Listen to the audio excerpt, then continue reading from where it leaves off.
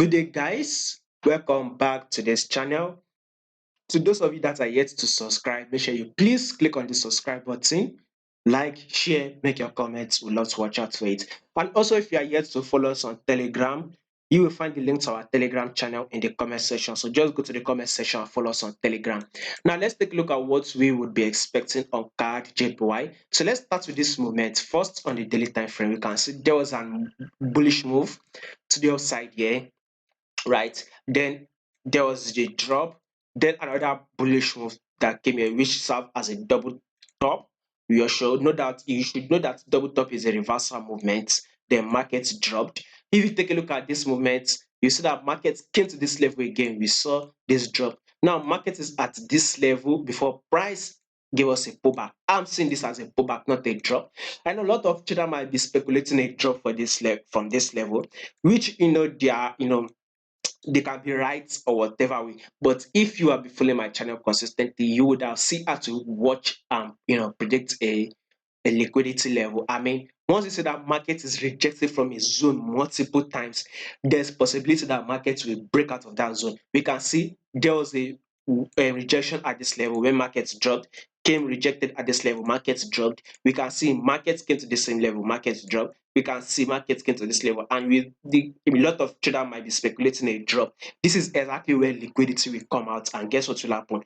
Markets will just push up and take everybody's stop loss out. So selling at this zone currently right now, it is a bad idea. See, I have doubts. See, the chances of markets dropping is 10%. That is what I'll say. The chances is very, very slim because with what I'm seeing next, there is another impulse move to the upside. By the way, I've done analysis on GBP, JPY, and Euro JPY, so go and watch it. So if Euro JPY will be giving us a bullish move, if you are speculating a bullish move on Euro JPY, we're also speculating a bullish move on GBP JPY.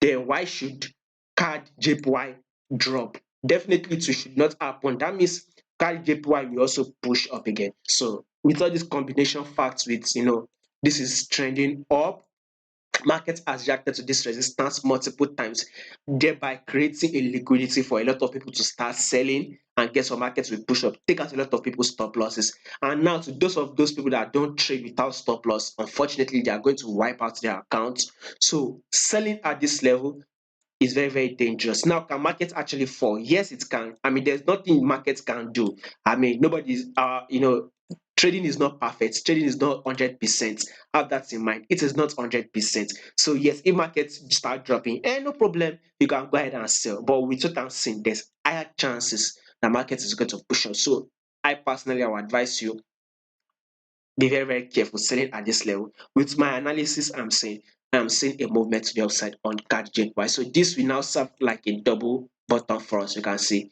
rejection at this level.